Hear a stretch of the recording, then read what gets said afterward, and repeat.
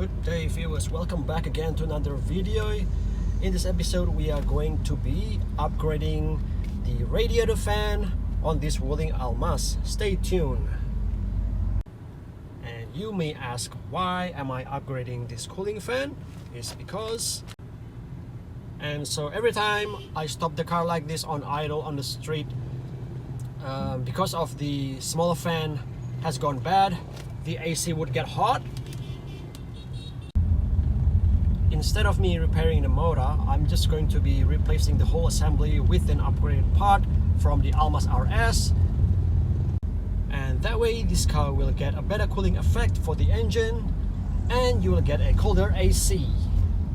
Okay, without further ado, let's go ahead and install this part.